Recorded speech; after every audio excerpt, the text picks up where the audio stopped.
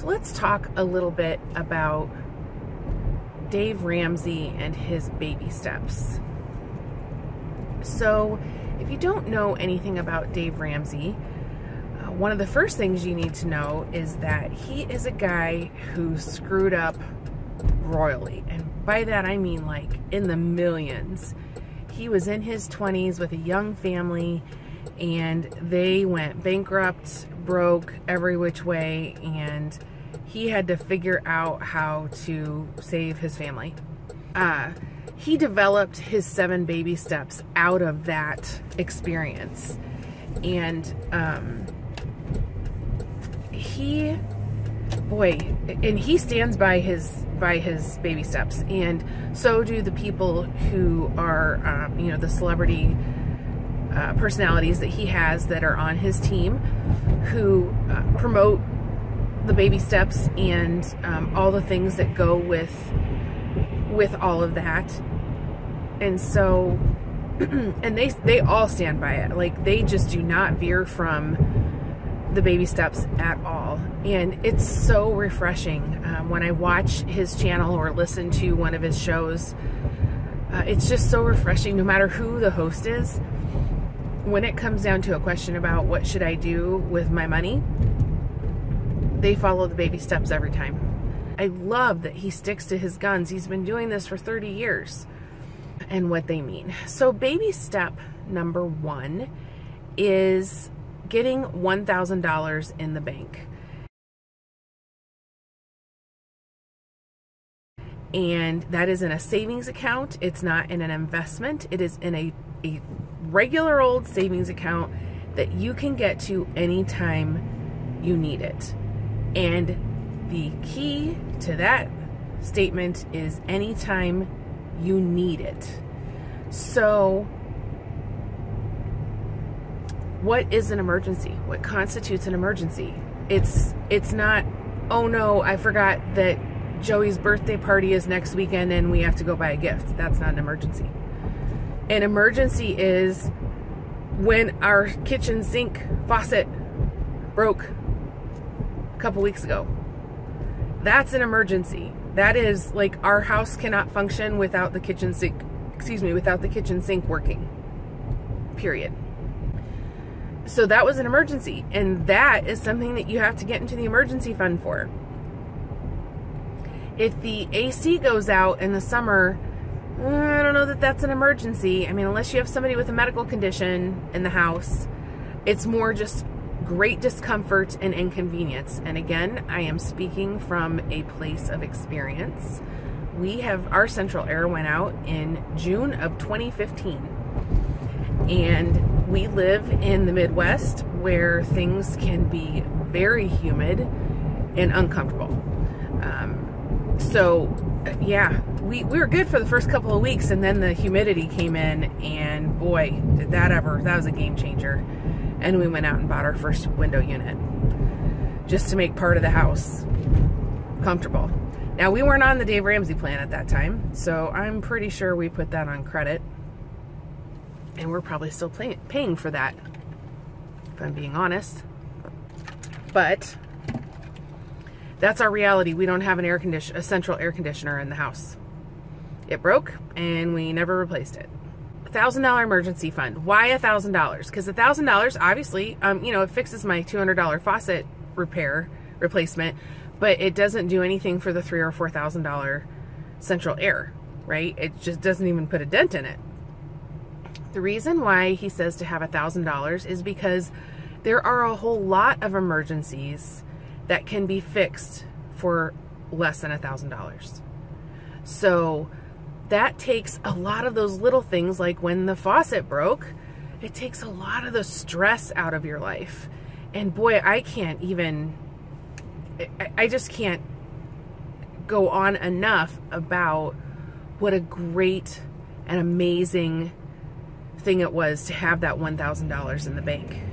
And it had been $25 since we started, 25 days since we started, and we had $1,000 in the bank. And it's not always that easy for everybody. It's some people, you know, you got to sell some stuff. You might have to do some additional hours at work if you can get them.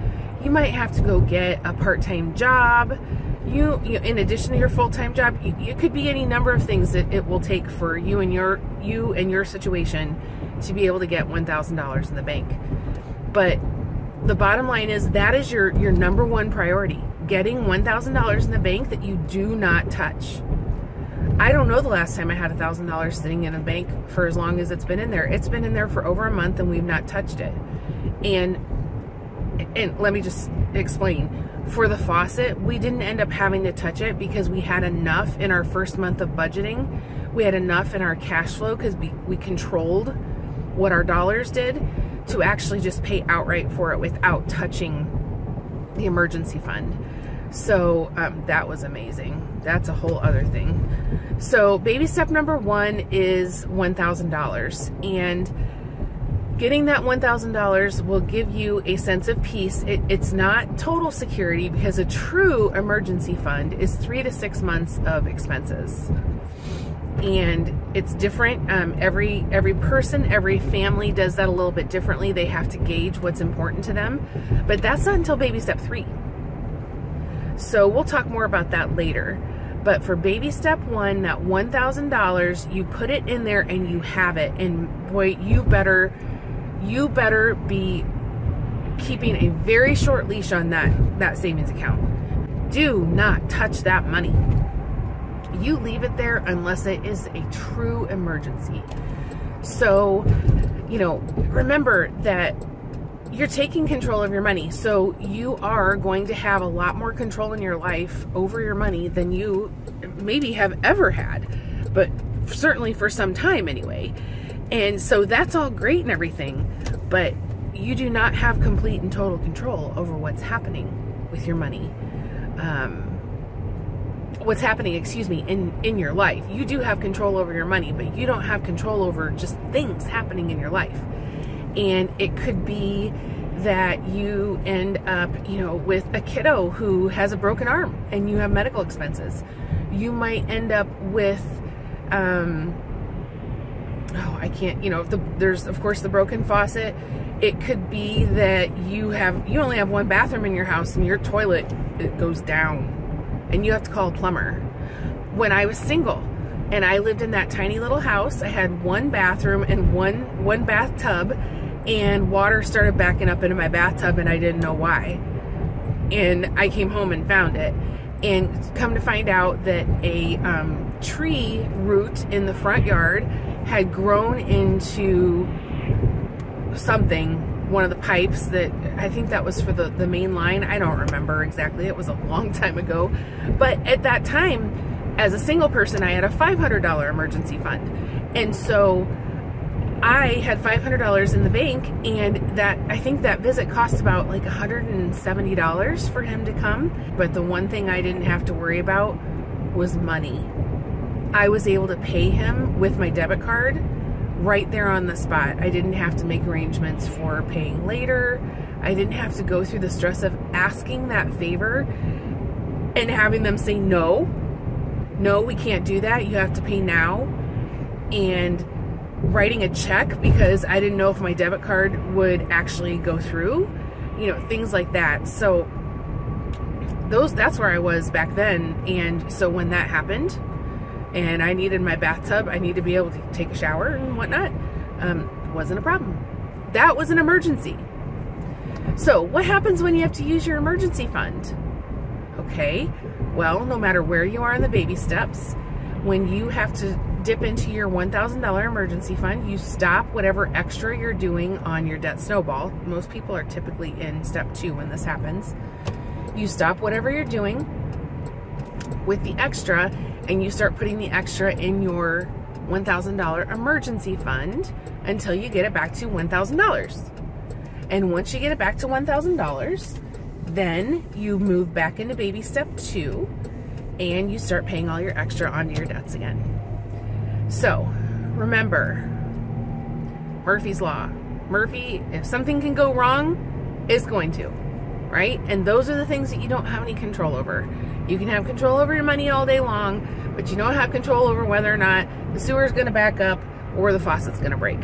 So, you know, having $1,000 in the bank is so important. It helps because otherwise the first thing you're going to want to do is turn to credit. And once you start Dave's plan, his plan is you never, ever, ever go into debt again.